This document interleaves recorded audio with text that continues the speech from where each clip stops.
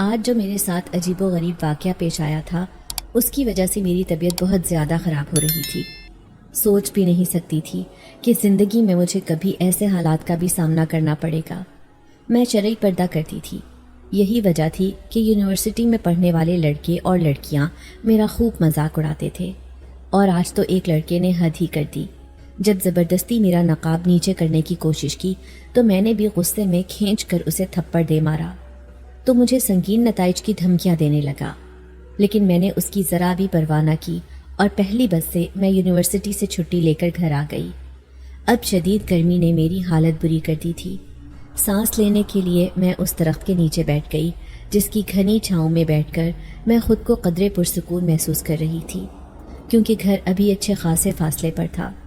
میں نے دیکھا ادھر ادھر کوئی بھی نہیں تھا، تبھی گرمی سے نڈھال ہو کر نقاب ہٹا دیا، اپنے چہرے سے پسینہ صاف کیا، پرس میں سے رومال نکالا اور آنکھوں سے بہنے والے آنسوؤں کو صاف کرنے لگی۔ مجھے خود بھی نہیں پتہ چلا تھا کہ کب میں رونے لگی تھی۔ ابھی 2-3 منٹ ہی گزرے تھے کہ اچانک مجھے درخت کے اوپر سے گنگنانے کی آواز آئی، جیسے کوئی گانا گا رہا ہو۔ یہ آواز اتنی عجیب و غریب تھی کہ میں نے جلدی سے اپنا نقاب لگایا اور میں اٹھ کر اس آواز کی سمت دیکھنے لگی، لیکن عجیب پراسرار سی آواز تھی۔ گانے والا کہیں دکھائی نہیں دیا، لیکن درخت کی اوپری شاخیں مجھے زور زور سے ہلتی ہوئی محسوس ہوئی تھیں، جیسے وہاں پر کوئی بیٹھا ہو۔ اچانک ہی میرا دل گھبرانے لگا، پھر میں تیز تیز قدموں سے چلتے ہوئے گھر کی طرف جانے لگی، لیکن ایسے لگ رہا تھا جیسے کوئی پراسرار وجود میرا پیچھا کر رہا ہو۔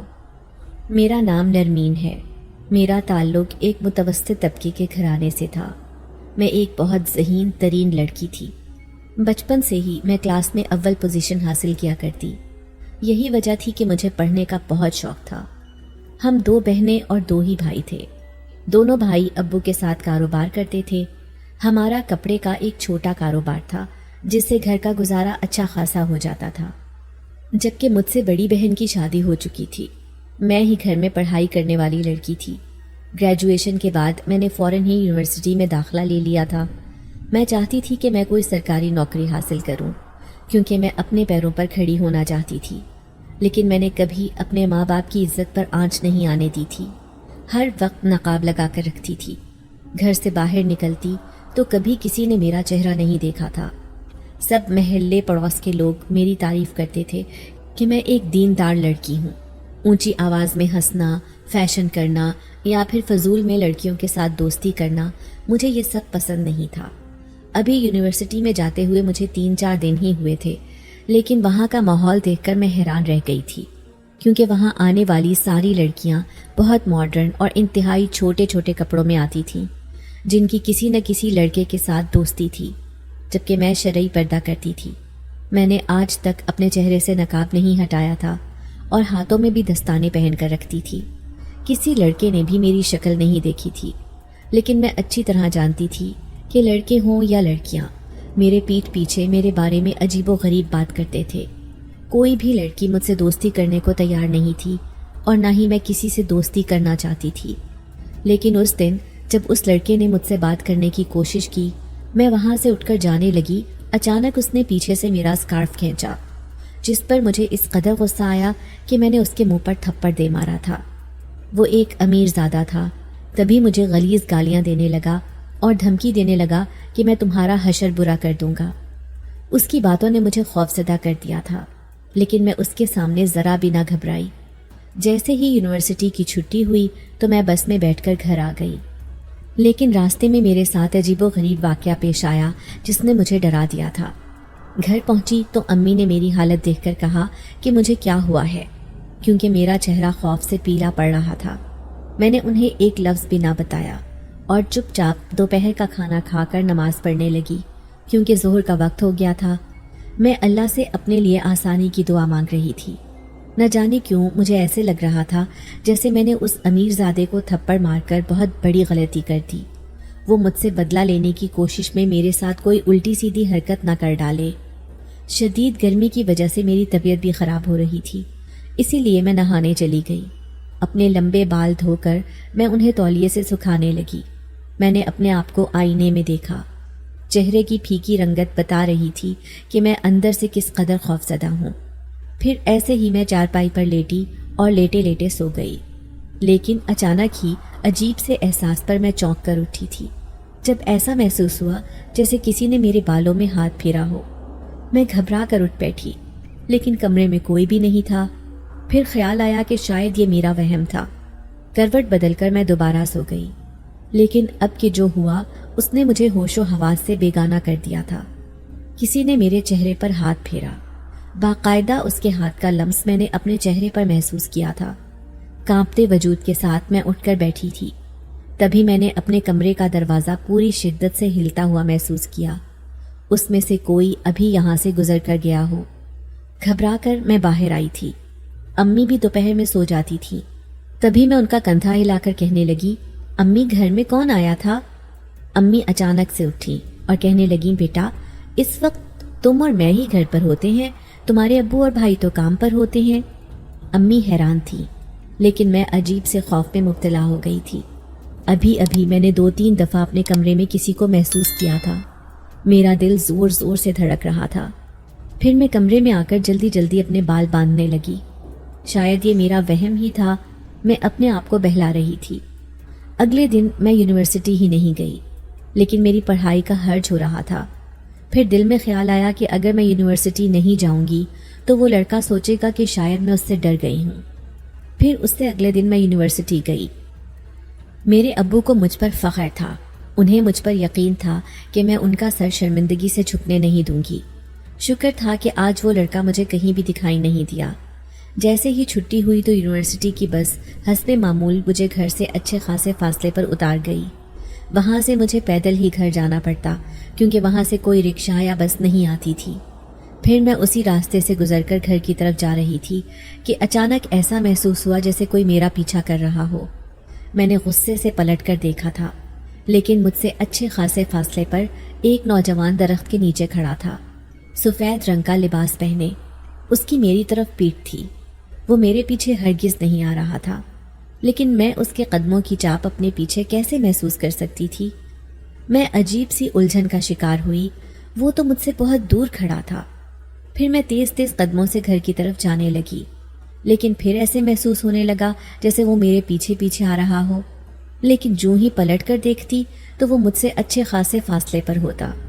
میں حیران تھی کہ یہ عجیب سا نظر آنے والا کون ہے جو یوں میرا پیچھا کر رہا ہے۔ جلدی جلدی میں گھر آ گئی۔ نہ جانے کیوں میں 2-3 دن سے عجیب سا محسوس کر رہی تھی، جیسے کوئی مجھے دیکھتا رہتا ہو۔ پھر دوپہر میں کپڑے تبدیل کر کے میری عادت تھی میں نہا کر اپنے بال کھول کر سو جاتی تھی، لیکن آج اپنے بال کھولتے ہوئے مجھے ڈر لگ رہا تھا۔ اس دن کی بات یاد آئی جب کسی نے میرے چہرے پر ہاتھ پھیرا تھا۔ کسی کا لمس میں نے اپنے چہرے پر محسوس کیا تھا۔ سچ میں ہی یہ بات بڑی عجیب تھی۔ لیکن اس شام ابو کہنے لگے، اب ہمیں نرمین کی شادی کے بارے میں بھی سوچنا چاہیے۔ میں کہنے لگی، ابو مجھے ابھی پڑھائی کرنی ہے۔ ابو غصے سے کہنے لگے، آج کل کے حالات ٹھیک نہیں ہیں، بس چھوڑو پڑھائی بڑھائی، تم اپنے گھر کی ہو جاؤ، ہماری پریشانی بھی دور ہو جائے گی، پھر تمہارے بھائیوں کے بارے میں بھی سوچنا ہے۔ میں مایوس ہو گئی تھی۔ میں نے یونیورسٹی میں اعلیٰ تعلیم حاصل کرنے کا خواب دیکھا تھا، لیکن ایسے لگ رہا تھا جیسے یہ خواب ادھورا رہ جائے گا۔ دوسری طرف میں اس بات سے بھی خوفزدہ تھی کہ اس دن وہ لڑکا جو مجھے دھمکیاں دے رہا تھا وہ ایک سیاستدان کا بیٹا تھا۔ میں نہیں چاہتی تھی کہ وہ مجھ سے بدلہ لینے کی خاطر میرے ساتھ کچھ غلط کرے، اسی لیے میں نے ابو کی بات پر سر جھکا دیا تھا۔ لیکن اس رات میں سو رہی تھی جب مجھے اپنے کانوں میں وہی عجیب و غریب سا گانا گنگنانے کی آواز آنے لگی۔ یہ آواز بڑی ہی بھدی اور عجیب تھی۔ میں حیران تھی کہ اس وقت کون گانا گا رہا ہے۔ رات کے سناٹے میں جب پورا گھر اندھیرے میں ڈوبا ہوا تھا، بھائی اپنے کمرے میں سو رہے تھے اور امی ابو اپنے کمرے میں، جبکہ میں اکیلی اپنے کمرے میں سوتی تھی۔ لیکن یہ آواز سیڑھیوں کی طرف سے آ رہی تھی، جیسے کوئی وہاں بیٹھ کر گنگنا رہا ہو۔ مجھے خوف سا محسوس ہوا۔ میں کمرے سے نکل کر باہر آئی۔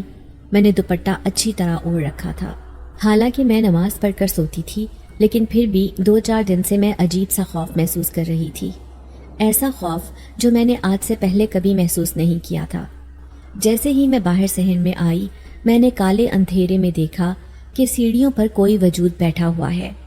اس کی چمکتی ہوئی سفید آنکھیں اندھیرے میں ایسے چمک رہی تھیں جیسے کسی بلی کی آنکھیں چمکتی ہیں۔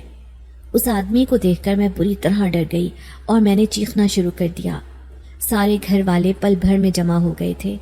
امی نے لائٹ روشن کی اور مجھے سنبھالا اور کہنے لگیں، کیا ہوا نرمین، کیوں ایسے چیخ رہی ہو؟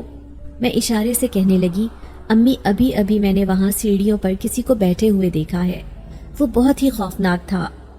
میرا پورا وجود ہولے ہولے کانپ رہا تھا۔ امی نے مجھے سینے سے لگا لیا، کہنے لگیں، وہم نہ کرو، ایسے ہی تم نے کوئی ڈراؤنا خواب دیکھ لیا ہوگا۔ اب امی میرے پاس سو گئی تھی، لیکن اس رات میں پوری رات جاگتی رہی۔ صبح یونیورسٹی بھی نہ جا سکی، لیکن اگلے دن جیسے ہی رشتے والے آئے تو میں حیران رہ گئی۔ امی نے مجھے بتایا بھی نہیں تھا کہ آج رشتے والے آئیں گے، وہ مجھے دیکھنے آئے تھے۔ پھر انہوں نے مجھے پہلی نظر میں ہی پسند کر لیا، لیکن اچانک ہی مجھے اپنے کمرے میں سے کسی چیز کے گرنے کی آواز آئی تو میں اٹھ کر بھاگی۔ وہ رشتے والی عورتیں مجھے حیرت سے دیکھ رہی تھیں۔ میں جیسے ہی کمرے میں آئی، کمرے کے دروازے خود بخود بند ہو گئے، جیسے کسی نے باہر سے بند کر دیے ہوں۔ میں پاگلوں کی طرح چلاتے ہوئے کہنے لگی، امی دروازہ کھولیں، امی دروازہ کھولیں۔ امی میری آواز سن کر دوڑی چلی آئی۔ امی غصے سے کہنے لگی، کیا ہوا نرمین، کیا بچوں جیسی حرکتیں کر رہی ہو؟ دروازے تو کھلے پڑے ہیں۔ میں سچ میں حیران رہ گئی تھی۔ دروازے تو واقعی میں ہی کھلے پڑے تھے، لیکن عورتیں مجھے دیکھ کر کہنے لگیں، لگتا ہے کہ آپ کی بیٹی کا ذہنی توازن ٹھیک نہیں ہے، پہلے اس کے دماغ کا علاج کروا لیں، اس کے بعد اس کی شادی کا سوچنا۔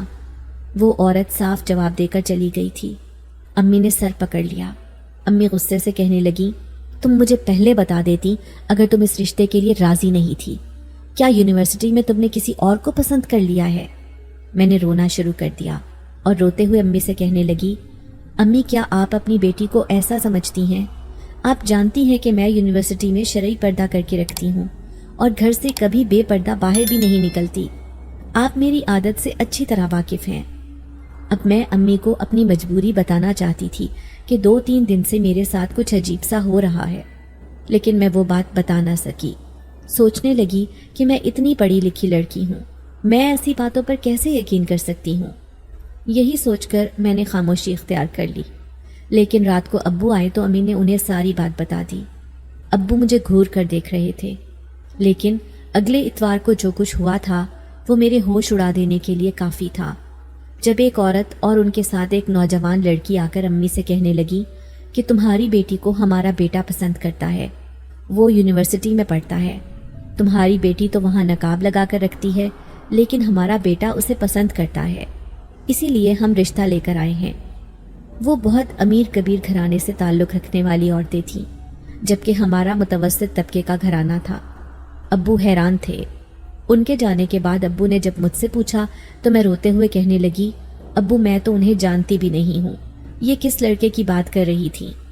ابو مجھے سمجھاتے ہوئے کہنے لگے، ان کا بھی یہی کہنا تھا کہ تم اسے پسند نہیں کرتی بلکہ وہ لڑکا تمہیں پسند کرتا ہے۔ بہت اچھا گھرانہ ہے، اگر ہم لوگ رشتہ جا کر دیکھیں گے اور ہمیں لڑکا سمجھ آ گیا تو ہاں کر دیں گے۔ میں نے سارا معاملہ ان پر چھوڑ دیا تھا، لیکن اس دن میں گھر پر اکیلی تھی۔ ابو اور امی رشتہ دیکھنے گئے ہوئے تھے، جبکہ بھائی دکان پر۔ مجھے پھر سے وہ بھیانک گانے کی آوازیں اپنے کانوں میں سنائی دینے لگی، جبکہ میں نماز پڑھ کر فارغ ہوئی تھی اور شیشے میں اپنے بال بنا رہی تھی۔ اچانک ہی مجھے اپنے پیچھے کوئی سایہ سا کھڑا ہوا دکھائی دیا۔ میں جیسے ہی پلٹی تو وہ سایہ ایک دم سے ہی غائب ہو گیا، لیکن کسی نے میرے کان میں سرگوشی کی تھی، وہ بھی میرا نام لے کر۔ میں پاگلوں کی طرح کمرے سے باہر بھاگ کر صحن میں آ گئی تھی۔ آج پہلی بار مجھے اپنے ہی گھر میں خوف محسوس ہو رہا تھا۔ میں ٹی وی لاؤنج میں بیٹھی دل ہی دل میں دعا کر رہی تھی کہ امی ابو جلدی آ جائیں۔ اچانک ہی کچن میں سے برتن گرنے کی آواز آئی۔ دھماکہ اس قدر زوردار تھا جیسے کوئی بڑی چیز نیچے گر گئی ہو۔ میں سہمی ہوئی کچن میں گئی تو وہاں کچھ بھی نہیں تھا، صرف آواز آئی تھی۔ لیکن اچانک کسی نے میرے کندھے پر ہاتھ رکھا۔ میرے منہ سے بے اختیار چیخ نکلی تھی، کیونکہ پیچھے پلٹنے پر وہاں کوئی بھی نہیں تھا۔